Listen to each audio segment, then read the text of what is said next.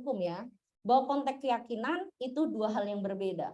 Secara hukum yang namanya anas urbaningrum terbukti secara sah dan meyakinkan, seperti kata hakim, bahwa dalam hati, jauh di dalam hati, terhadap keyakinan itu tidak terbukti, dua hal yang berbeda. Gitu. Saya hanya ingin mengatakan, begitu juga dalam kasus Antasari. Dalam kasus Antasari ketika mendapat gerasi, bukan karena dia dianggap tidak bersalah, dia bersalah, tetapi mendapat pengampunan dari presiden.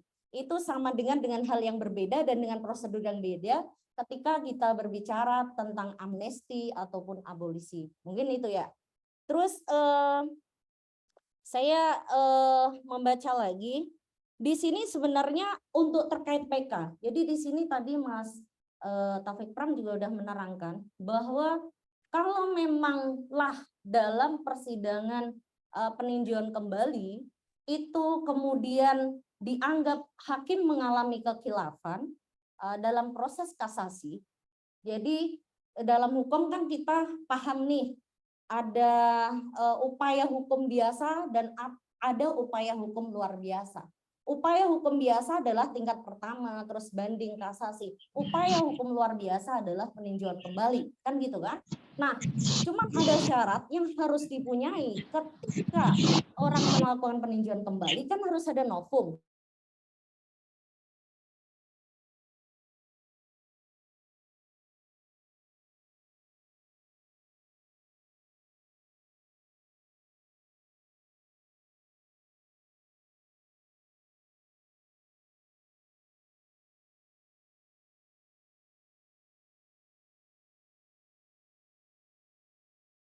Kemudian 2 kali lipat ya untuk PT ya. Kemudian di tingkat peninjauan kembali ke titik pertama lagi, mungkin nggak ada salahnya sebenarnya ditunjukkan bukti novumnya itu apa. Meskipun di sini saya melihat sekilas dari yang dipaparkan pada saat saya baca itu, bahwa dari saksi-saksi yang mengatakan contohnya kasbon ya, apa yang pembelian surat itu, ya kan, yang kemudian diakui bahwa itu rekayasa gitu. Nah mungkin bisa dalam pikiran kita langsung terbersit atau langsung ada kita bisa menunjukkan ini loh ternyata bukti PK-nya gitu, sehingga kita mungkin kalau kayak saya langsung bilang nih PK-nya apa ya gitu kan, langsung akan masuk oh ini, wah kalau PK sebagus ini, novum sebagus ini. Nah, kemudian muncullah pertanyaan lanjutan, apakah tidak bisa? Karena PK memang bisa saja membebaskan kan. Yang satu hal yang tidak dia lakukan, dia tidak mungkin menghukum melampaui yang sudah, gitu kan? Nah, itu mungkin beberapa catatan saya terkait dengan buku ini karena bagaimanapun ini berbicara tentang di ranah hukum, gitu kan ya? Gitu. Tapi selebihnya saya mengerti, saya bisa sampai di saya bahwa buku ini akan menyampaikan ada proses yang barangkali juga bisa menimpa banyak orang dalam konteks proses ketidakadilan. Dan sebenarnya proses-proses itu bisa dilihat dari awal kok. Kalau contohnya begini, kalau kebetulan ini saya beberapa anak hukum ya. Jadi contohnya begini, kalau dari awal antara penyelidik, penyidik, penuntut, orang yang sama, patut diduga pasti nggak benar aja. Kenapa? Penyelidik itu kan apakah benar di dalam kejaksaan atau kepolisian itu tidak ada orang yang untuk penyelidik. Artinya belum ditemukan tindak pidana, gitu kan ya. Kemudian kan ada fase sesudah penyelidikan akan muncul penyidikan, gitu kan ya. Yang di situ kemudian mungkin nanti tersangkanya siapa, segala macam. Nah, sesudah itu ada fase lagi kan, sesudah mungkin mondar-mandir P19, kemudian P21 bahwa kemudian ini proses harus berjalan dan disidangkan. Fase penuntutannya dalam konteks nanti persidangan, gitu kan.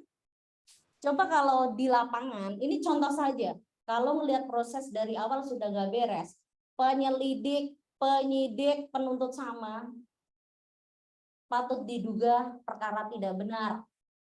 Atau yang kedua, di lapangan mungkin bisa dijumpai, maaf kata nih, hakimnya aneh bin ajaib. Dalam sebuah proses persidangan pidana, itu kan berbeda dengan proses persidangan perdata. Kalau perdata jelas, hukum-hukum formal akan lebih mendominasi, kan gitu, karena memang kekuatannya pembuktian formal. Dalam pembuktian hukum pidana, pembuktiannya pembuktian material. Tapi kalau ada hakim, oknum hakim, semisal kita mau membuktikan nih, sudah mau mengarah-ngarah, dia potong terus. Nah, patut diduga ada yang salah nih.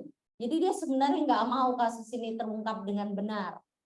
Itu contoh-contoh kecil. Dan apakah itu bisa terbaca? Bisa terbaca. Dan PH pasti tahu itu sebenarnya. Kalau udah situasi gitu, PH-nya agak deg-degan nih. Kayak perkara ini, aduh, patut diduga tidak aman nih gitu. Atau akan deg-degan nih. Ini, waduh, bagaimana nasibnya? Itu dari itu hal-hal yang tampak ya. Dari hal-hal yang tampak. Atau semisal dibatasin semuanya. Kita sebenarnya tidak boleh. Dia tidak berdiri di tengah atau tidak netral. Pokoknya apapun kata jaksa diiyain, kita pokoknya nggak pernah ada aja. Mau saksi kayak, mau bukti, mau alat bukti atau apapun. Apakah kejadian? Iya. Jadi kalau kita mau ngasih bukti aja, ya kan itu hak, terima aja bahwa dia tidak pertimbangkan dua hal yang berbeda. Gitu. Nah itu tuh contoh-contoh bahwa proses yang terjadi pada Mas Anas ini, bagi kami yang praktisi hukum, ya memang seringkali terjadi. Artinya, terus kita apa? Mungkin kita bilang, bukankah kita punya komisi yudisial? Hello, saya juga tidak tahu. Komisi yudisial tuh semaksimal apa kerjanya? Kalau kita semisal melihat dari awal nggak beres, kita membuat surat, dia akan membalas saja paling. Bahwa mohon dilaporkan kembali sesuai dengan bukti. Kembali, kita lampirkan bukti, semisal kan, serekamannya deh, kita tunjukkan deh, ini kesalahannya di mana, gitu kan? Untuk mempermudah itu, dia akan menyurat hal yang sama, mungkin bisa dilaporkan kasus itu di luar kota, mungkin kita nggak paham, oh ini kendala kalau dia kita permohonan pengawasan soal transportasi, gitu kan? Nah, cuman nanti tiba-tiba kan ini kasus sudah putus nih, kita laporkan kembali, dia akan bilang kami tidak mengadili vonis atau putusan. Gitu. Jadi situ ngapain aja, kan gitu kan? Ditanya tentang proses, alasan suruh cari bukti, kita kasih bukti sampai putus. Terus nanti kita akan bilang nih, harusnya kalau dia bekerja dengan maksimal, setidaknya klarifikasi saja. Jadi saya patut diduga sepanjang saya tahu KY ini kerjanya kalau perkara viral aja. Ya, tapi kan nggak semua itu perkara viral, kan gitu kan? Nah, terus apa gitu? Nah, kalau kebetulan ada yang mau sampaikan ke KY, nggak apa-apa, dengan senang hati. KY agak maksimal lah, kasihan itu para terdakwa dan yang terjolimi gitu kan? Nah, mungkin boleh tuh disampaikan. KY agak bagaimana lah, menurut saya tidak maksimal bekerjanya gitu. Nah, ada itu mungkin catatan saya yang saya tahu, dan sejujurnya Mas Pram, saya baru tahu juga kalau dalam kasus Anas Urbaningrum terkait hambalangnya tidak terbukti.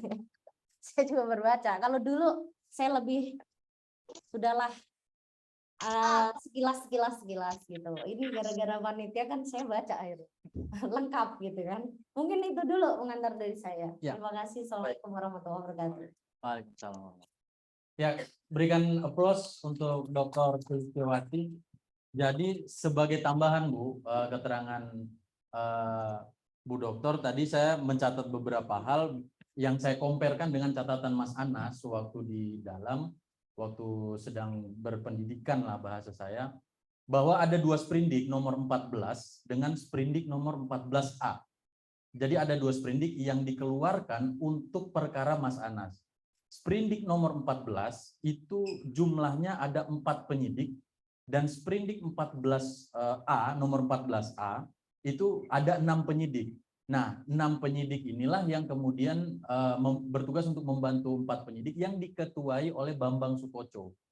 Nah, Bambang Sukoco Bambang Sukoco sebagai sebagai ketua, dan anggotanya di situ justru Pak secara kepangkatannya lebih tinggi dari ketua yang ada di dalam penyidik itu, yaitu siapa? Pak Endang Tarsa yang kemudian menjadi anggota dari Pak Bambang Sukoco. Nah, mungkin hal-hal semacam itu yang menurut Mbak tadi atau menurut Bu Dokter tadi patut dicurigai ya, secara patut diduga bahwa ada ketidakberesan atau ada kejanggalan pada proses yang menimpa Mas Anas. Oke, untuk mempersingkat waktu, mungkin saya persilahkan kepada Bang Akbar Wijaya sebagai jurnalis politik dan juga sebagai penulis buku, bagaimana sih kemudian dari kacamata jurnalis maupun penulis buku melihat fenomena dari Mas Anas Urbaningrum itu sendiri. Silakan. Oke, terima kasih Bang Dika. Assalamualaikum warahmatullahi wabarakatuh. Terima kasih banyak atas kesempatan yang diberikan. Sejujurnya saya sebagai seorang wartawan yang mungkin bisa dibilang masih bahasa Kanda Anas itu bayi ya. Bayi kemarin sore kalau dibandingkan dengan Mas Taufik ini bisa ikut urun rembuk dalam melihat kasus Mas Anas Urbaningrum. Saya ingin memulai dengan cerita dari pengalaman saya sebagai jurnalis. Ketika kasus ini, jauh sebelum kasus Hambalang ini mencuat, sosok Mas Anas ini di kalangan para wartawan itu sudah menjadi semacam mitos pengetahuan. Jadi kita nih udah sering mempercakapkan sosok Mas Anas. Tentu saja dengan background latar belakang riset masing-masing. Kebetulan saya sebelum menjadi wartawan saat mahasiswa juga aktif di himpunan mahasiswa Semarang gitu. Wacana mengenai tentang tentang intelektualitas, aktivisme Mas Anas itu sering sekali menjadi semacam diskusi di masyarakat itu, kemudian semakin kuat ketika Partai Demokrat. Jadi Anda bisa membayangkan pada saat itu bagaimana teman-teman wartawan itu melihat sosok Mas Anas mengalahkan dua kontestan calon ketua umum Partai Demokrat yang oleh presiden, sehingga mitos mengenai Mas Anas yang sebenarnya diceritakan dari senior ke junior secara turun-temurun itu menjadi tervalidasi. Nah, kemudian muncullah kasus Hambalang ini, kasus yang menyeret nama Mas Anas Urbaningrum. Jadi jujur, pada saat kasus ini mencuat, saya bekerja sebagai jurnalis di DPR. Jadi mungkin perspektif yang akan saya sampaikan cenderung dalam perspektif wartawan politik alih-alih sebagai wartawan hukum KPK ya. Yang saya lihat pada saat itu sebetulnya jurnalis itu bukan tidak verifikasi atas informasi gitu, tapi dalam kontestasi wacana pada masa itu pasti kita melihat memang kekuatan politik atau sumber-sumber dalam tanda kutip kebenaran formal mengenai Mas Anas itu mulai terkikis. Satu contoh misalnya mulai banyak para politisi Partai Demokrat yang pada awalnya berusaha untuk membela Mas Anas, tapi seiring waktu mereka bukan saja diam, tetapi bahkan berbalik menyerang Mas Anas. Dan dalam konteks kontestasi wacana pada masa itu, tentu saja situasi ini sangat tidak menguntungkan terkait dengan posisi Mas Anas di publik ya. Dan ini juga didorong dengan profil Mas Anas yang boleh dibilang apa ya, sangat low profile gitu. Anda bisa bayangkan gitu, ketika Mas Anas dikonfirmasi mengenai sprindiknya yang bocor di KPK, apa jawaban beliau? Beliau cuma jawab dengan tenang, oh gitu. Padahal di luar sana gitu, politisi-politisi yang quote unquote berseberangan dengan Mas Anas itu terus menerus memproduksi model informasi yang memojokkan beliau gitu. Nah, ini juga sebetulnya menjadi semacam situasi yang tidak bisa dilepaskan begitu saja gitu loh. Kalau misalkan ada istilah bahwa Mas Anas ditafsirkan menjadi tersangka karena opini yang diproduksi oleh media, ya itu sah, itu wajar. Tafsirkan bebas saja gitu. Dan tafsir yang sama saya rasa juga dilakukan oleh teman-teman partai lain yang presiden atau ketua umumnya pada saat itu menjadi tersangka gitu. Nah, karena teman-teman di PKS gitu, Lutfi Hasan Nisa menjadi tersangka gitu, ya masa dizolimi oleh media. Kemudian teman-teman di P3 ketika Surya Dharma Ali di masa Abraham Samad menjadi ketua KPK juga sama gitu. Dan memang kalau catatan saya ya sebagai wartawan politik, periode Abraham Samad ketika menjadi pimpinan KPK itu adalah salah satu periode di mana barangkali sampai sekarang ada periode paling banyak KPK menensangkakan ketua umum partai politik ya. Dalam periode yang sangat singkat pada saat itu.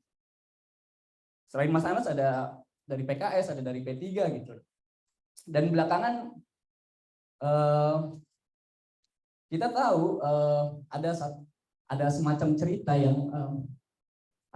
cerita soal bagaimana relasi antara Abraham Samad dengan PDI Perjuangan pada saat itu gitu. Dan cerita itu memang sudah dibuka secara langsung oleh PLT Sekjen PDI Perjuangan ya, Mas Hasto Kristianto. Jadi ada satu kesempatan ketika saya melakukan liputan di Yogyakarta untuk ketemu untuk meliput Presiden Jokowi itu, tiba-tiba ada Abraham Samad di Bandara Jogja. Dan kita waktu itu para wartawan coba bertanya gitu, kenapa ada Abraham Samad itu di bandara gitu, dan beliau bilang saya habis ngisi kuliah di UGM. Dan kita cek jadwal di UGM ternyata nggak ada gitu. Nah kan kita baru tahu bahwa ternyata Abraham Samad waktu itu, dan ini diceritakan sendiri oleh Pak Hasto ya dalam konferensi pers ya, sedang menagih janji PDI Perjuangan untuk menjadikan dia sebagai wakil presiden. Apa cerita yang mau saya sampaikan dari hal itu gitu. Jadi memang bukan tidak mungkin bahwa proses hukum itu juga berkelindan dengan kepentingan politik. Kita tahu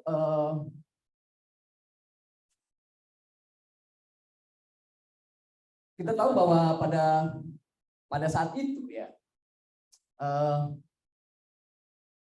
sosok Mas Anas itu sudah ramai lah di kalangan wartawan. Itu ada survei yang menyebut beliau sebagai sosok kandidat kuat untuk menjadi calon presiden gitu. Dan mungkin saja situasi ini gitu tidak disukai gitu oleh kelompok partai lain. Jadi melihat konstruksi atau posisi Mas Anas dalam kasus ini juga tidak dilepaskan dalam konteks politik yang lebih luas ketimbang sekedar konflik di internal Partai Demokrat. Saya kira itu yang bisa saya sampaikan. Mungkin nanti kita bisa diskusi lebih jauh dari kita atau pengalaman. Saya dalam momen-momen krusial ketika Mas Anas ini terlibat dalam kasus Mbak. Terima kasih Mas Diko. Ya, terima kasih. Kita berikan aplaus untuk Bang Akbar atas pemaparannya, pengalaman yang luar biasa. Mungkin langsung saja kepada Prof. Suparji untuk memaparkan satu dan berbagai hal terkait dengan perkara atau terkait dengan kasus yang menimpa Mas Anas. Silakan.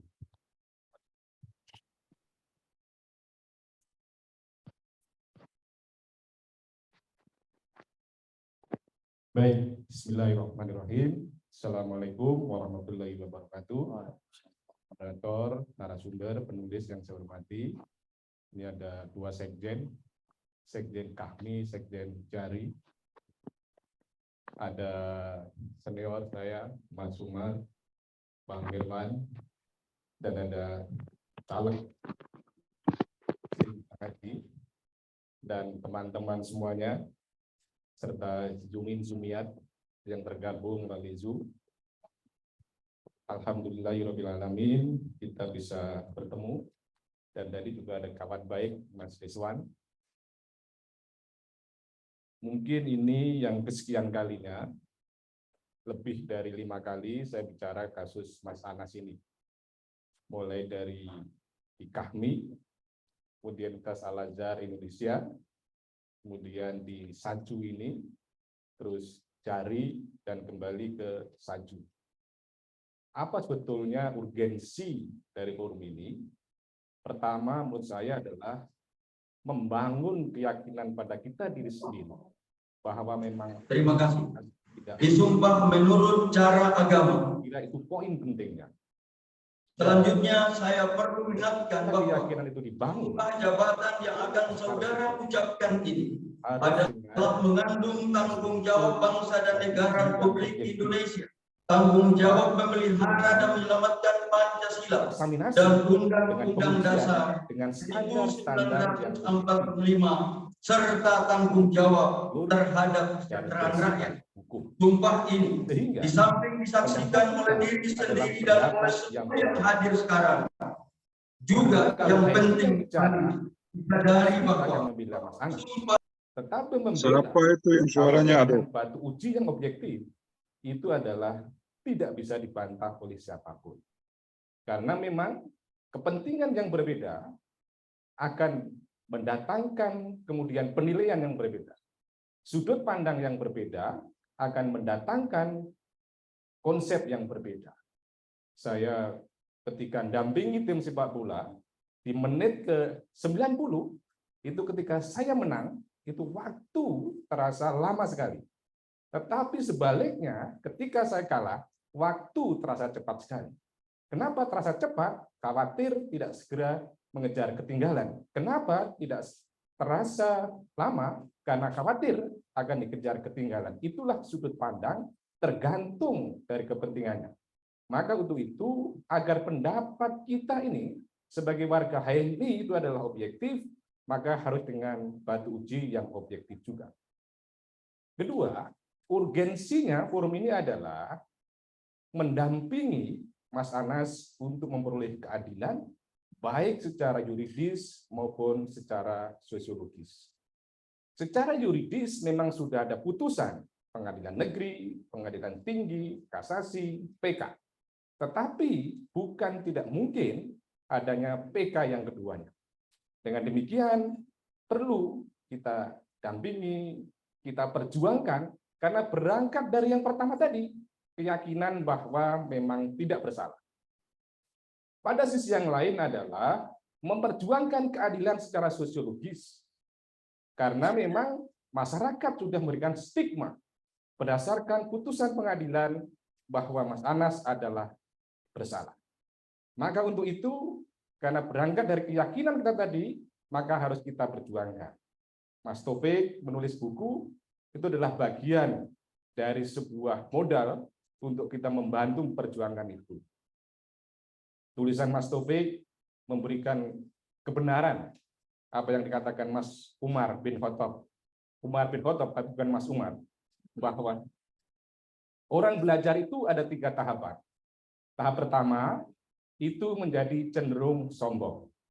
Tahap kedua menjadi rendah hati. Tahap ketiga menjadi merasa tidak tahu apa-apa. Itulah orang belajar. Jadi, membaca bukunya Mas Taufik tadi, membuat kita merasa tidak tahu apa-apa. Karena banyak hal-hal yang kemudian belum kita pelajari. Mas Taufik mentradisikan apa yang dikatakan Ali bin Abi Thalib, ikatlah ilmu dengan tulisan, ikatlah tulisan dengan buku. Jadi ini adalah mengikat ilmu, mengikat tulisan sebagai sebuah dokumen akademis. Maka untuk itu, sebagai pengantar, kita apresiasi yang luar biasa Mas Taufik yang telah kemudian menulis buku ini. Selanjutnya, topik ini menurut saya sangat menarik ya. Jelas sekali. Mengapa Mas Anas tidak digantung di Monas? Fokus di situ. Dan kita bicara tentang fakta, masalah, dan solusi. Saya kira diskusi akan lebih produktif jika kerangkanya jelas. Faktanya apa? Masalahnya apa? Solusinya apa? Faktanya, 9 Februari 2012, Mas Anas dengan lantang mengatakan, Rp1 saja Anas korupsi di Hambalang, gantung Anas di Monas. Itu 9 Februari 2012. Saya mengenal Mas Anas sejak 95 mungkin. Mungkin Mas Komar lebih dekat dari itu. Beliau berkata sangat hati-hati. Beliau berkata pasti sudah diperhitungkan. Kalimat yang disampaikan tadi itu pasti dengan keyakinan yang sangat mendalam. Memang tidak korupsi Hambalang. Itu adalah fakta. Fakta yang kedua adalah bahwa memang ada putusan PK yang terakhir, di mana Mas Anas kena pasal 11 setelah kemudian mengubah juris sebelumnya, kasasi menggunakan pasal 12. Vonisnya adalah menggunakan pasal 11 yang kemudian antara lain 8 tahun penjara, cabut hak politiknya, uang pengganti, dan sebagainya. Itulah fakta yang terjadi. Fakta yang terjadi ketiga, bahwa Mas Anas sudah menjalani itu semua, dan kemudian telah kembali menjadi warga biasa, tetapi kemudian publik masih menghukum, salah satunya adalah menanti tentang kapan digantung di Monas. Nah, itulah masalahnya. Apakah memang Mas Anas harus digantung di Monas? Apakah memang pertanyaannya, mengapa Mas Anas tidak digantung Monas? Itulah pertanyaannya. Maka kita jawab satu persatu dengan tinjauan yang objektif. Pertama, bahwa saya kira publik terkonfirmasi perkara ini adalah orkestra politik. Bahwa ada desain politik, bahwa ada kekuatan politik. Bagaimana Presiden SBY pada waktu itu ketika di Jeddah ya menyatakan dengan jelas kalau memang bersalah, proses hukum sebagaimana dan seterusnya dan seterusnya. Artinya apa? Ada intervensi politik dalam proses hukum terhadap Mas Anas tadi itu. Saya kira semua sudah terkonfirmasi itu dan tidak bisa kemudian diabaikan. Kemudian yang kedua adalah bahwa juga tidak bisa dipungkiri ada faktanya bahwa di dalam proses penetapan Mas Anas sebagai tersangka itu syarat berbagai konflik kepentingan. Ya, mulai dari disebutkan tadi sprindik bocor, terus kemudian adanya yang tidak tanda tangan, terus kemudian Abraham Samad, Pandu kena sanksi etik dari Dewas pada waktu, itulah fakta yang tidak bisa dipungkiri.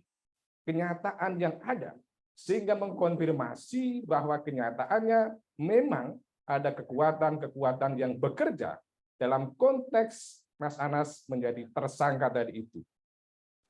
Kemudian berikutnya, saya kira terang benderang di dalam putusan di tingkat pengadilan negeri, pengadilan tinggi, kasasi sampai pun PK, tidak ada bukti bahwa Mas Anas korupsi dalam kasus Hambalang. Saya kira itu adalah clear dan jelas. Demikian pula, tidak ada bukti yang secara terang benderang bahwa Mas Anas melakukan korupsi dalam konteks misalnya penerimaan adikarya atau kemudian penerimaan proyek-proyek yang lain. Demikian pula ada kenyataan yang jelas yang tidak bisa dipungkiri bahwa penetapan atau hukuman terhadap TPPU itu tidak jelas predikat crime-nya. Bahwa kemudian dinyatakan melakukan pencucian uang, itu tidak jelas pidana asalnya apa. Dengan demikian, maka ini adalah satu kenyataan yang jelas proses pemaksaan dalam proses pengambilan putusan atau vonis tadi itu. Demikian pula bahwa memang di dalam pengadilan negeri ada 2 hakim yang dissenting opinion dalam konteks menyatakan bersalah pada kasus Mas Anas tadi itu. Dan yang utama adalah bahwa itu kemudian terkonfirmasi melalui putusan peninjauan kembali. Kita lihat mengapa PK itu mengabulkan permohonan Mas Anas. Bahwa ada 3 alasan PK. Yang pertama adalah adanya novum, adanya kekeliruan kekhilafan hakim, dan yang ketiga adalah adanya putusan yang saling bertentangan antara satu dengan yang lainnya. 3 hal tadi digunakan dasar untuk melakukan PK. Novumnya adalah adanya pengakuan dari Julianis, dan kemudian ada surat yang lain. Kemudian putusan yang saling bertentangan adalah di mana di putusan Nazarudin, pemilik Permai Group adalah Nazarudin, dalam putusan Mas Anas dinyatakan Permai Group adalah milik Mas Anas. Itu dalil putusan yang saling bertentangan. Tetapi yang dipakai oleh hakim PK yang pada waktu itu adalah antara Prof. Askin, kemudian Andi Samsan Ngandro, itu alasan dikabulnya karena adanya kekeliruan kekhilafan hakim. Jadi itulah dasar bahwa kekeliruan kekhilafan hakim ketika juris hakim yang memeriksa perkara tadi itu adalah dapat dibenarkan. Itulah putusan terakhir bahwa hakim PK mengatakan proses hukum sebelumnya di kasasi itu ada kekeliruan dan kekhilafan hakim.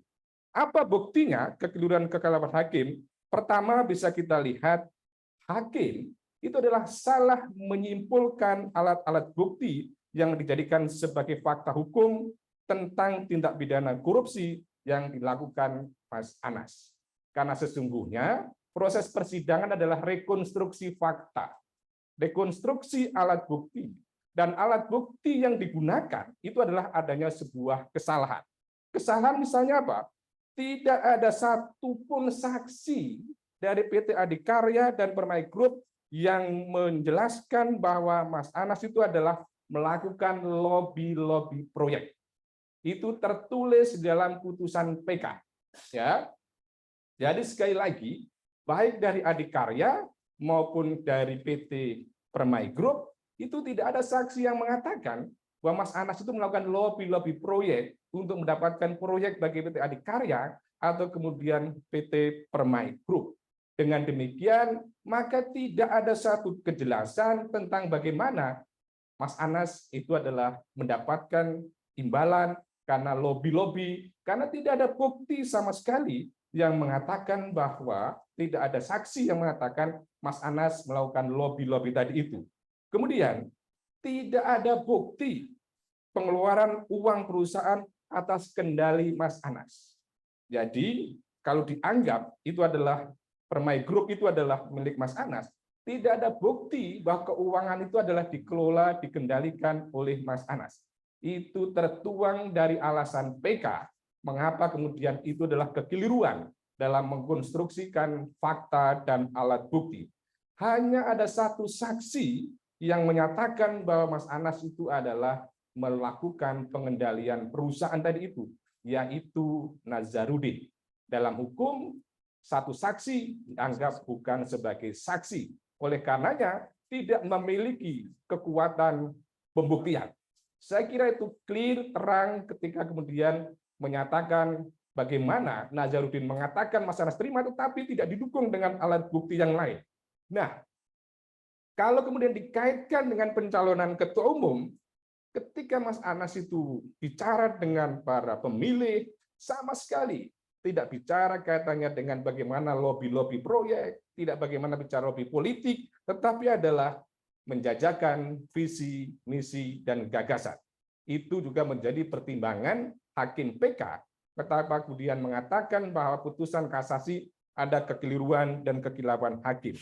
Kalau kemudian uang setika kongres itu dianggap dari proyek, sama sekali tidak, tetapi karena adalah sumbangan dari para simpatisan, sama saja ketika mencalon ketua umum PB, mencalon ketua umum cabang, itu ada simpatisan-simpatisan yang menyumbang. Bahwa itu adalah sebuah tradisi politik yang itu adalah terjadi dan kemudian tidak bisa dikonstruksikan sebagai penerimaan yang kemudian dianggap sebagai sebuah korupsi. Nah, pada akhirnya hakim berkesimpulan tidak tepat penggunaan pasal 12A, tetapi yang lebih tepat adalah penggunaan pasal 11. Mari kita bedah sedikit apa perbedaan pasal 12 huruf A dan pasal 11 Undang-Undang Tindak Pidana Korupsi. Pasal 12 huruf A itu adalah pegawai negeri, penyelenggara negara yang menerima hadiah atau janji karena menggerakkan atau kemudian karena melakukan sesuatu yang bertentangan dengan kewajibannya. Bahwa dalam konteks 12 huruf A tadi, apa yang dilakukan oleh seseorang yang kemudian dianggap bersalah ketika dia aktif, ketika kemudian dia melakukan berbagai macam upaya, melakukan lobby-lobby dan sebagainya. Tetapi di pasal 11 itu adalah pegawai negeri, penyelenggara negara yang menerima hadiah atau janji karena orang yang memberi tadi yang bersangkutan memiliki kedudukan atau jabatan.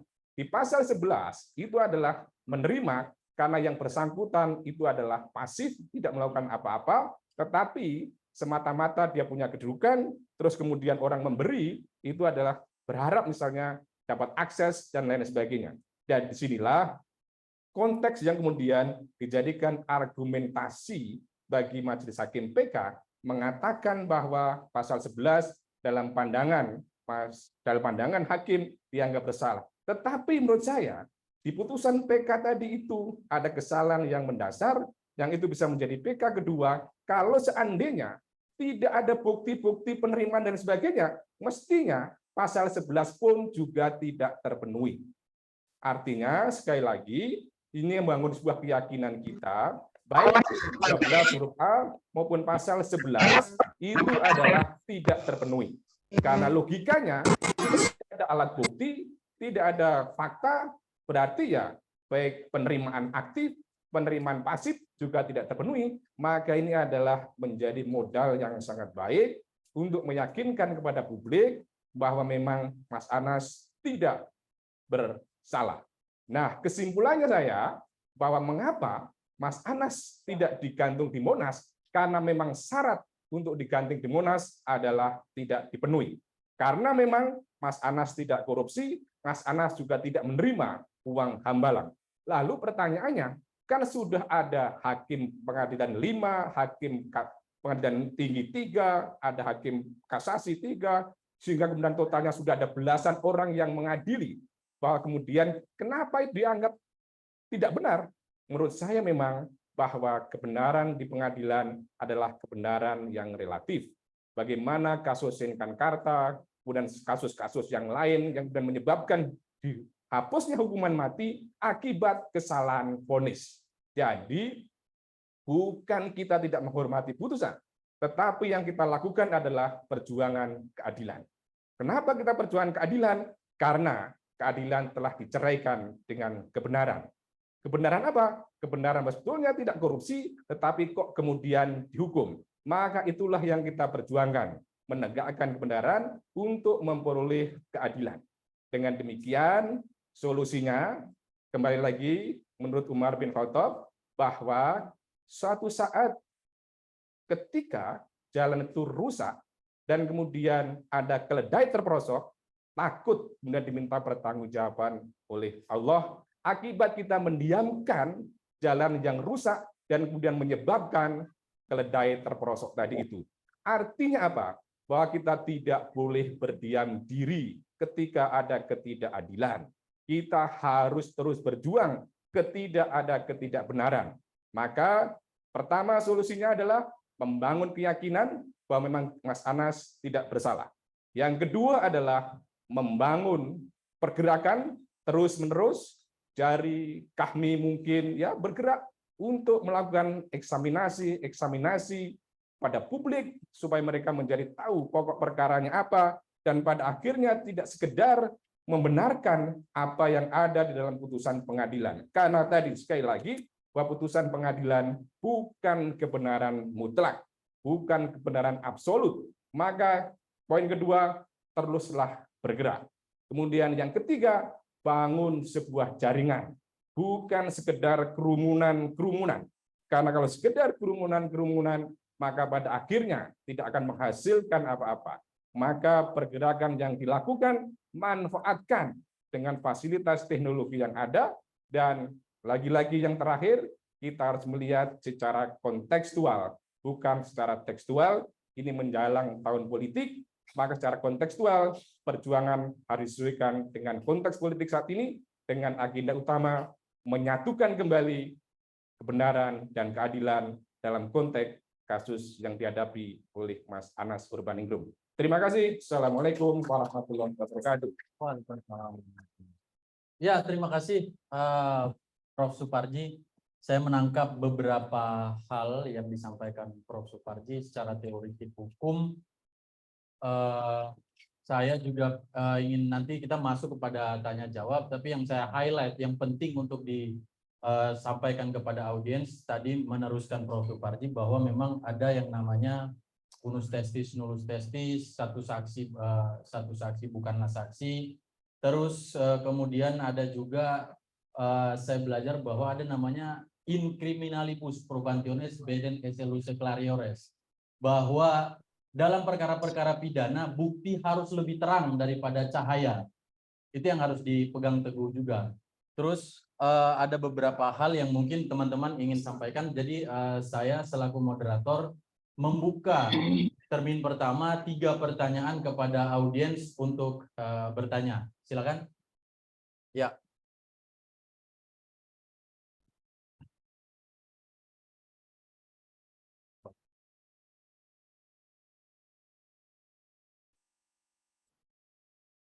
Assalamualaikum warahmatullahi wabarakatuh. Nama saya Muhammad Taufik Umardani Arahab, sarjana hukum. Kebetulan saya di bidang hukum dan HAM IIB Kami Sumut. Kemudian pernah jadi anak buahnya Prof. Suparji di MN Kami bidang hukum. Jadi saya tertarik kalau dalam perspektif politik tadi sudah bolehlah kita berasumsi. Karena memang tidak ada satupun proses Anas itu tidak proses politik. Dari mulai dia mahasiswa, dia sudah melakukan proses politik, berjuang untuk umat. Di saat orang balap-balap motor, bersuka ceria kepada perempuan, dia sudah berpikir tentang umat sejak mahasiswa. Wajar kalau dia menjadi pemimpin umat atau pemimpin bangsa. Wajar orang punya sentimen dan sebagainya. Itu yang pertama. Tapi yang perlu kita bicara ini adalah terkait dengan proses hukumnya. Karena apa? Kita mengetahui bahwa hukum itu adalah alat kekuasaan yang sampai dengan zaman sekarang ini. Tapi yang harus kita pahami adalah bahwa hukum itu tujuannya adalah keadilan. Keadilan itu tidak bisa tidak diperjuangkan. Kenapa kita agak lambat? Karena ada yang kita tunggu. Kenapa kita cepat? Karena ada yang kita tuju. Maka untuk itu, kenapa kita harus cepat? Proses PK ini harus kita kejar. PK yang kedua ini harus kita kejar. Karena yang terjadi dalam proses di tingkat pengadilan negeri, saya baca gitu. Apalagi saya sering diskusi sama Prof. Suparji. Dari mulai tingkat pengadilan negeri sampai ke tingkat PK, ini hanya menghukum, bukan mengadili. Kalau mengadili, dia mencari kebenaran. Tadi sudah dibilang ada adilnya hukum, bahwa bukti itu harus lebih terang dari cahaya. Tapi bukti yang disuguhkan ternyata tidak membuat salah terhadap Mas Anas. Lagi-lagi intervensi politik. Cicero selalu menyatakan bahwa Kaisar Romawi itu selalu melakukan intervensi politik terhadap kasus-kasus yang terjadi kalau berhadapan dengan kaisar. Biasa saja itu. Tetapi mengimbangi kaisar ini harus dengan kesadaran rakyat bahwa rakyat tahu bahwa Anas nggak salah. Kemudian hukum mengikuti keadilan itu. Itu yang harus kita lakukan. Dan untuk itu kami di Kahmi Sumatera Utara tetap concern melihat proses itu. Apalagi di sini dihadiri oleh Sekjen. Lebih concern lagi. Billahi taufiq wal hidayah. Assalamualaikum warahmatullahi wabarakatuh. Ya, terima kasih Abang Taufik dari Sumatera Utara. Ada lagi audiens yang hendak menyampaikan pandangannya, pertanyaan. Silakan Bang.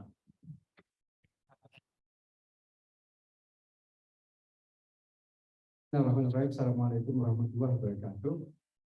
Terima kasih. Langsung saja saya coba memastikan jawaban pertanyaan dari judul forum kita siang ini. Mengapa Anas tak jadi digantung di Monas? Prof. Parji tadi sebenarnya sudah menyampaikan panjang lebar, tapi to the point saja. Jelas Mas Anas tidak bisa digantung di Monas. Karena pernyataannya Mas Anas, gantung Anas di Monas kalau terbukti 1 rupiah pun korupsi di kasus Sambalang. Nah, ini yang, dan akhirnya ringkas cerita bahwa dalam putusan hakim menyebutkan bahwa Mas Anas tidak terbukti dalam dakwaan primer. Dakwaan primernya itu di kasus Sambalang itu. Dan lebih jauh lagi, Bapak Ibu sekalian, coba bayangkan Mas Anas ini ditersangkakan dengan 2 alat bukti yang cukup di kasus Sambalang dengan sprindik yang dibocorkan. Sprindik yang dibocorkan sudah banyak disampaikan dari tadi, tetapi 2 alat bukti yang cukup itu apa? Yang pertama adalah mobil Harrier. Mobil Harrier. Bisa tidak kalau misalnya hanya 1 alat bukti saja dijadikan mentersangkakan? Nggak bisa. Karena minimal itu harus 2 alat bukti yang cukup. Bayangkan dari awal sebenarnya KPK sudah tahu bahwa 2 alat bukti itu tidak akan mungkin menang di pengadilan, tidak akan mungkin terbukti. Karena sudah tahu jawabannya. Jadi ceritanya mobil Harrier itu diberikan oleh PT Adikarya berupa uang 600 juta dalam sebuah pertemuan yang dihadiri oleh 5 orang. Nah, KPK kan sudah akan memprediksi bahwa untuk membuktikan itu maka ditanya saja 5 orang itu. Benar tidak ada itu? Maka sampai ke pengadilan BAP itu. Terus kemudian ditanya sama hakim kepada PT Adikaryanya, Tengku Bagus direkturnya. Pak Tengku Bagus, apa benar Pak Tengku Bagus menghadiri satu pertemuan yang dihadiri oleh 5 orang dan Pak Tengku Bagus memberikan uang 600 juta untuk membeli mobil kepada Mas Anas? Apa jawaban Tengku Bagus? Jangankan memberikan uang 600 juta, pertemuannya saja tidak pernah ada. Dan bahkan nama pertemuannya cari di kolong langit ini tidak pernah ada. Nah, jadi dari situlah kemudian, dan dari semua 5 orang itu yang ditanyakan itu benar apa enggak, tidak ada yang tidak membenarkan bahwa ada pemberian uang 500, ada atau ada pertemuan itu dan memberikan uang 600 juta itu. Nah, karena jelas mobil itu clear dibeli oleh Mas Anas dan kemudian dijual lagi sama Mas Anas, dan uangnya karena merasa itu Nazarudin yang membelikan Mas Anas, maka dibalikin lagi ke Nazarudin 500 juta uang hasil penjualan mobil Harrier itu kepada Nazarudin.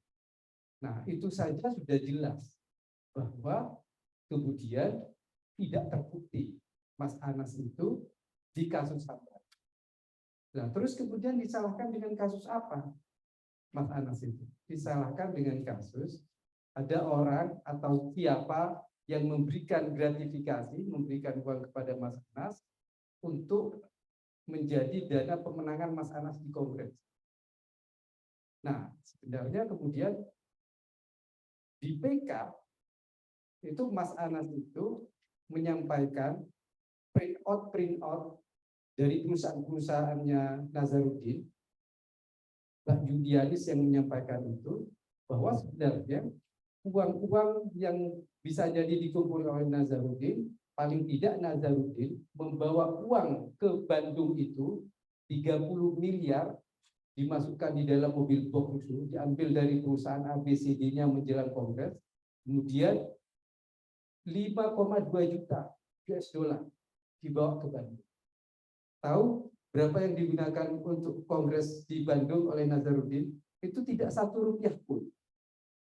Tahunya dari mana? Jadi setelah selesai kongres, uang itu dibawa lagi ke Bandung dan dimasukkan ke perusahaan yang sama, perusahaan ABCD FG-nya. Dan terbukti kemarin juga Mbak Julianis itu mengumumkan hal yang sama. 30 miliarnya dibalikin lagi, kemudian 5,2 juta US dollar itu diambil istrinya. Begitu ditanya sama Julianis, kemana Pak Nazar uangnya yang 5,2 sudah dibawa istri saya. Jelas itu. Nah, itu pun dijadikan alat bukti di VK itu, Prof. Pardi, itu juga tidak mengurangi jumlah uang yang dimaksud kerugian negara itu sebesar 57 miliar dan 5,2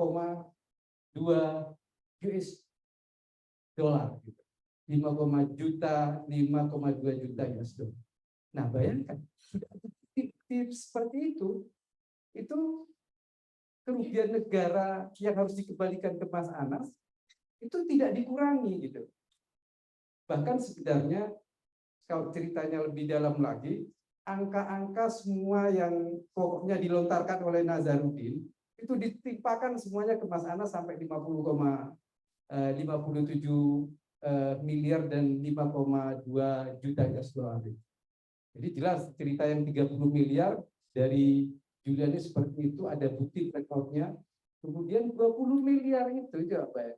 20 miliar itu uang yang dimaksudkan diambil oleh Rosa untuk nyogok Cul Malarangeng agar PT DGI, PT-nya Nazarudin itu mendapatkan kembali proyek di Hambalang. Karena bukan proyek Hambalang itu awalnya memang di ijon atau sudah didapatkan oleh PT-nya Nazarudin untuk dikerjakan PT DGI oleh Nazarudin. Tapi kemudian Pak Menteri waktu itu Adi Malarangeng tidak mau menyerahkan proyek Hambalang itu kepada PT DGI-nya Nazarudin, tapi diserahkan kepada Dikarya. Intinya seperti itulah. Akhirnya untuk mendapatkan itu lagi, itu Rosa menyiapkan uang 2 miliar untuk nyogok Cul Malarangeng untuk mendapatkan itu. Jadi sudah berapa? 30 tambah 20 sudah 50 miliar. Nah, itu semua ditimpakan kepada Mas Anas. 7 miliarnya atau berapa? Itu coba. Ada cerita lagi. Jadi, Mbak Julianis itu menyiapkan uang. Dibungkus uangnya itu, kemudian dibawa oleh supirnya Nazarudin A. Informasi dari supir A ini yang diberikan oleh Mbak Julianis, uangnya itu, kemudian diberikan kepada orang anggota DPR di CMA di gedung DPR. Tapi kemudian diputar oleh Nazarudin bahwa uang yang dibungkus oleh Mbak Julianis itu diberikan kepada supir B memberikan kepada supirnya Mas Anas di Tebet sini, di Soto Ambengan kalau tidak salah, ada di sini di daerah Tebet. Coba bayangkan, uang itu dibungkus Julianis diberikan ke supir A dan diberikan kepada anggota DPR inisial MA. Nah, mana yang mau dipercaya? Kemudian Julianis menurut versi Nazarudin memberikan kepada sopir B dan diberikan kepada sopirnya Mas Anas di Soto Ambengan di Tebet. Nah, itu di total itu semuanya memang sudah 57 miliar sama 5,2 juta US dollar. Sudah jelas, terang-terangan, terang benderang, buktinya seperti itu, faktanya seperti itu, masih tidak bisa mengurangi kerugian negara yang semuanya tidak jelas itu. Nah, iya. Coba angkanya saja sudah bisa kita hitung, sudah bisa kita prediksi semuanya, fakta-faktanya sudah jelas, tetapi itu tetap diberikan sebagai kerugian negara yang harus ditanggung atau ditanggungkan kepada masyarakat. Nah, terus mau mikir gimana lagi kita ini Prof. Parji. Ya kan sudah bukti-bukti fakta-faktanya seperti itu, tapi tetap disalahkan. Nah, itulah kenapa Mas Anas tidak jadi digantung di Monas, karena sudah jelas, clear, terang benderang gitu, bahwa memang Mas Anas tidak terbukti korupsi di kasus Hambar. Dan bahkan Mas Anas tahu aja tidak ada proyek Hambalang ini.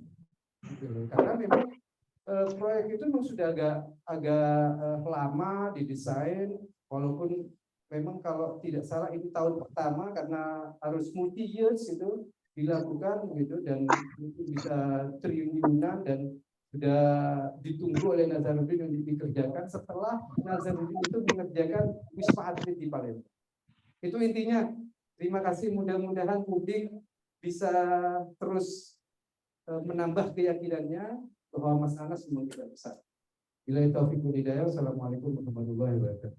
Iya, kita berikan aplaus untuk Bang Komar. Terima kasih atas pemaparannya. Selanjutnya mungkin ada lagi dari audiens. Cukup? Ya. Ya, mungkin ada panitia dibantu teman-teman Zoom, ada pertanyaan mungkin yang dilemparkan di kolom komentar. Izin, moderator. Dan 30-an. Ya. Izin bertanya. Bisa dijawab atau ditanggapi dulu, mungkin daripada pembicara. Mas Pram mungkin, silakan. Memang menarik ya, bagaimana cara memfollow up kejadian ini sekaligus untuk memberikan penjelasan kepada publik tentang bagaimana posisi Mas Anas sesungguhnya dari kacamata hukum. Tadi kan gini, tadi Dr. Listiawati sudah menjelaskan, Profesor Suparji sudah menjelaskan apa yang terjadi di dunia hukum kita. Sebenarnya kalau dari sisi dunia hukum sudah jelas. Yang perlu diperjelas itu adalah metodologi atau strategi yang harus digunakan untuk memberikan penjelasan kepada publik. Itu karena apa? Mas Anas ini dihakimi secara naratif, dan pengadilan itu hanya melegitimasi apa hendak publik yang sudah dikonstruksi oleh narasi yang begitu besar. Caranya untuk mengembalikan ide menurut saya yang dilawan dengan narasi. Tapi kalau untuk melawan dengan narasi melalui istilahnya media-media forum itu akan menghabiskan banyak kos dan terlalu banyak energi untuk bernegosiasi. Karena ini zaman media sosial, ya bahkan berita-berita headline pun itu mengutip dari berita viral. Ini citizen journalism. Nah itulah kekuatan seperti itu yang seharusnya kita optimalkan untuk memberikan edukasi kepada publik tentang apa yang sebenarnya terjadi pada masyarakat. Yang dijelaskan Profesor Suparji sudah sangat jelas, cuman belum sampai ke publik. Fenomena-fenomena yang digambarkan oleh Dr. Sulistiawati juga sudah jelas, cuman belum sampai ke publik. Nah, PR kita itu sebenarnya di situ. Dan salah satu forum-forum seperti ini, mungkin ada salah satu fase, salah satu etapa untuk realisasi strategi itu, tapi ya memang harus lebih disokong lebih banyak lagi kekuatan. Karena sekarang ini eranya perang asimetris. Kita tidak tahu siapa lawan, kita tidak tahu siapa kawan. Yang jelas kita harus sama-sama berupaya untuk membangun sebuah mesin narasi yang luar biasa besar. Mas Anas digantung, persepsi tentang Mas Anas digantung di Monas itu juga produk-produk narasi di masa lalu. Cara melawannya ya harus dengan itu. Sekarang dalam perkara mencari keadilan seperti yang disampaikan oleh Profesor Suparji, di masa sekarang, di tengah kondisi politik dan sosial seperti sekarang, kita tidak bisa pakai ibarat api harus dipadamkan dengan air, tidak bisa. Ya, api harus dilawan dengan air. Dan kita gede-gedean api gitu aja. Mungkin jadi bagaimana kita mengemas sebuah strategi komunikasi sehingga apa yang disampaikan oleh Profesor Suparji atau Dr. Sulistiawati tadi bisa disampaikan dengan baik terhadap publik dan publik akan memahami. Dengan begitu nanti akan dukungan akan mengalir ke upaya kita, terutama untuk memastikan, untuk membuktikan bahwa Mas Anas tidak bersalah. Mungkin itu dari saya. Dokter, ada yang mau ditanggapi? Berarti kan Ratu ya. Ya. Pada prinsipnya saya setuju bahwa situasi hari ini termasuk juga penegakan hukum tidak sedang baik-baik saja. Jadi kalau ada fenomena-fenomena tidak terjadi bahwa hukum kemudian menjadi bahkan penegak hukum tanda kutip menjadi alat-alat, itu sesuatu yang ironis dan menyedihkan. Apalagi bagi para praktisi, itu tidak hanya persoalan di masyarakat, tapi serba repot juga. Kita ini kalau mau jujur, sistemnya berjalan dengan baik, proses-proses yang seperti tadi terjadi, dari spring yang double, dari situasi di lapangan persidangan, termasuk materi, itu tidak perlu terjadi.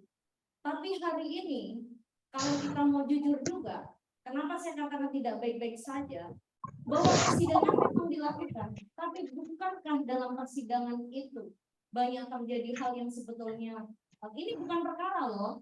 Itu tadi saya kenapa tadi menyampaikan juga dalam kasus lagi-lagi Habib Rizik terkena 3 kasus, 1 kasus Megamendung, 2 Petamburan, 3 rumah sakit Uni.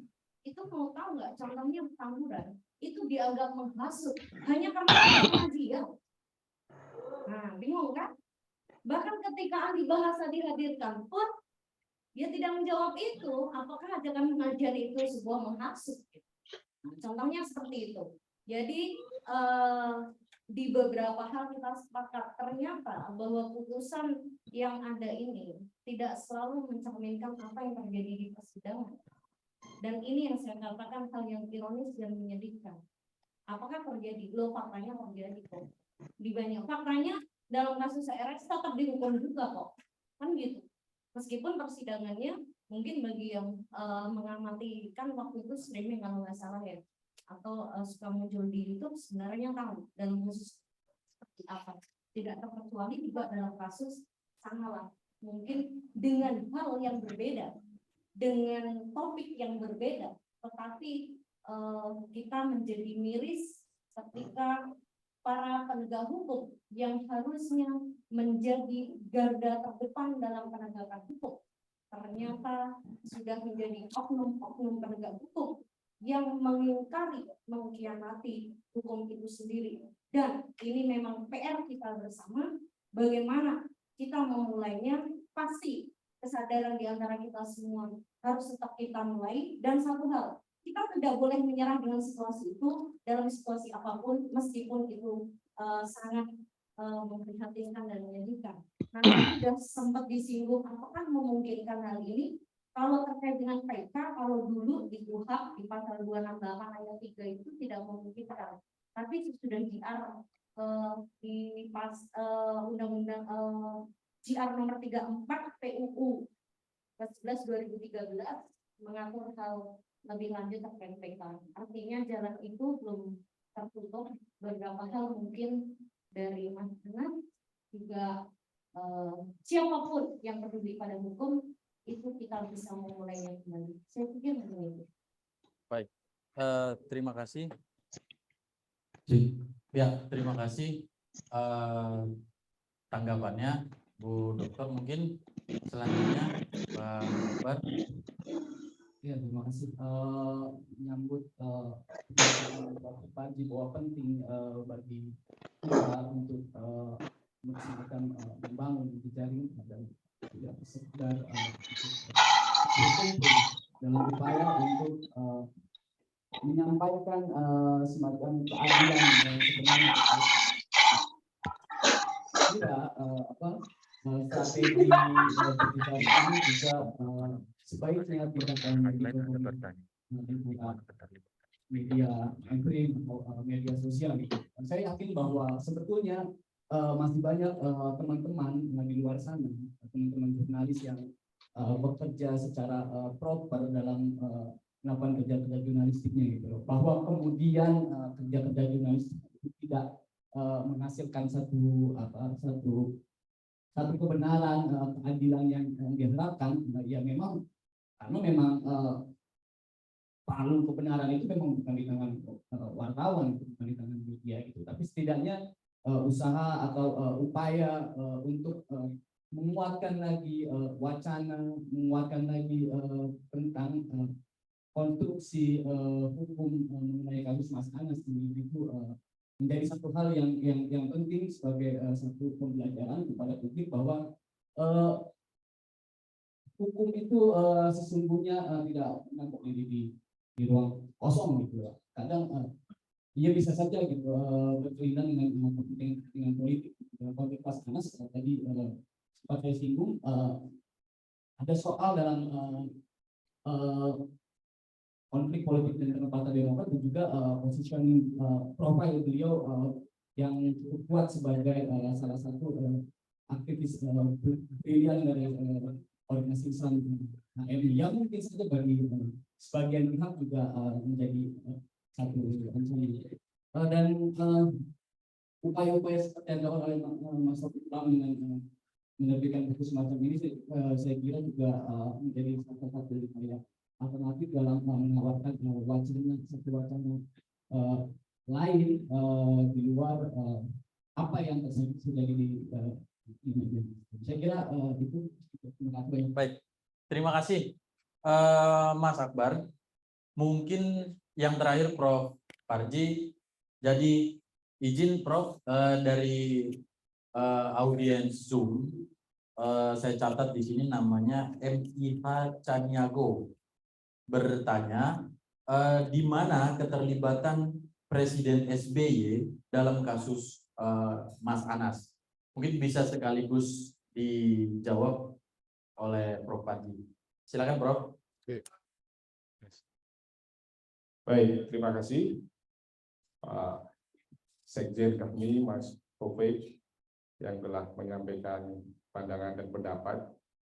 Saya ingat kalimat yang baik dari guru saya dan kebetulan temannya Mas Komar, Mas Taufik juga, Prof. Firman Raja Gugu almarhum, yang mengatakan bahwa hukum itu tidak selalu tegak.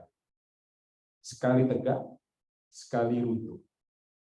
Karena ia tergantung pada tingkah laku manusia. Tugas kita adalah tegakkan ketika runtuh, berdirikan ketika rubuh. Inilah yang sedang kita lakukan, menegakkan hukum. Dari narasi-narasi yang disampaikan tadi, saya kira memang banyak fakta yang mencederai rasa keadilan. Misalnya penjatuhan uang pengganti yang sangat-sangat tidak logis, sangat-sangat tidak rasional. Bagaimana kemudian Mas Anas punya uang 57 miliar, punya uang 5,2 juta dolar. Dari mana logika itu kemudian muncul? Apakah itu dihitung dari asumsi Nazarudin atau kemudian pengeluaran kongres dan lain sebagainya? Ini adalah satu fakta yang tidak rasional, yang tidak logis, yang tidak terang, sehingga harus kemudian dicari jalan keadilannya. Demikian pula, dari Mas Komar, Sekjen kami menyatakan soal barang bukti tadi, soal area, soal welfare, yang kemudian tidak logis. Bagaimana membeli dengan uang sendiri, dijual kembali, uangnya diserahkan, dan sebagainya, tetapi dianggap sebagai sebuah penerimaan. Jadi sekali lagi, banyak fakta dan data dan alat bukti maupun barang bukti yang tidak logis dan tidak rasional. Untuk itu, maka tadi Mas Taufik mengatakan bagaimana netizen jurnalis bergerak untuk membuat opini, menggalang opini sebagai sebuah upaya melandaikan keadilan sosial, keadilan publik, yang mana memang stigma itu masih senantiasa melekat pada perkara ini. Maka saya setuju itu. Dan yang kedua adalah bagaimana berikutnya ada kalimat yang sangat penting di akhir persidangan ketika putusan pengadilan negeri tindak pidana korupsi Jakarta pada waktu itu, Mas Anas dengan sangat berani meminta adanya sumpah mubahalah. Menurut saya, diskusi berikutnya perlu membahas tentang apa kabar sumpah mubahalah. Artinya, apakah sudah menemukan jalan kebenaran atas sumpah tadi? Jadi, yang saya melihat Mas Anas itu sangat hati-hati, tetapi sangat berani, setidaknya dua hal tadi itu. Sumpah mubahalah dan kemudian gantung di Monas. Maka untuk itu perlu terus kita bangun energi kita untuk menarasikan kaitannya dengan hal-hal yang tidak adil tadi itu. Dan yang terakhir, menurut saya adalah kaitannya dengan pertanyaan di mana keterlibatan SBY pada perkara ini. Saya kira semua menyaksikan bagaimana kalimat yang dilontarkan oleh yang bersangkutan ketika perkara ini sedang rame-ramenya dan mendekati misalnya penetapan tersangka pada waktu itu. Ini adalah kenyataan yang tidak bisa dipungkiri. Apakah dianggap ini sebagai sebuah keterlibatan? Menurut saya, baik langsung maupun tidak langsung, itu adalah bagian yang bisa mempengaruhi proses hukum di KPK. Meskipun kita sulit membedakan kapasitasnya pada waktu itu sebagai presiden atau sebagai petinggi Demokrat, sulit untuk kemudian dibedakan. Maka bahwa kalau bicara soal keterlibatan dari kalimat tadi itu, saya kira sudah terang benderang. Nah, soal misteri-misteri yang lain tentang keterlibatannya, maka bisa terkonfirmasi dengan fakta-fakta yang lain. Akhirnya, teman-teman semuanya, bahwa semuanya sudah terjadi, tetapi kita tidak boleh menyerah untuk kemudian menghadirkan keadilan, kebenaran bagi Mas Anas Urbaningrum. Demikian dari saya. Assalamualaikum warahmatullahi wabarakatuh. Ya, terima kasih atas pemaparan dan tanggapannya, Prof. Parji.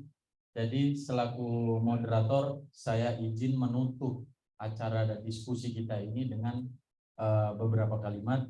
Di atas segalanya, saya ingin menyatakan barangkali ada yang berpikir bahwa ini adalah akhir dari segalanya. Hari ini saya nyatakan ini baru permulaan. Hari ini saya nyatakan ini baru sebuah langkah-langkah besar. Ini sebuah awal langkah-langkah besar. Hari ini saya nyatakan ini baru halaman pertama, masih banyak halaman-halaman berikutnya yang akan kita buka dan baca bersama. Anas Urbaningrum, 23 Februari 2013. Wassalamualaikum warahmatullahi wabarakatuh. Waalaikumsalam.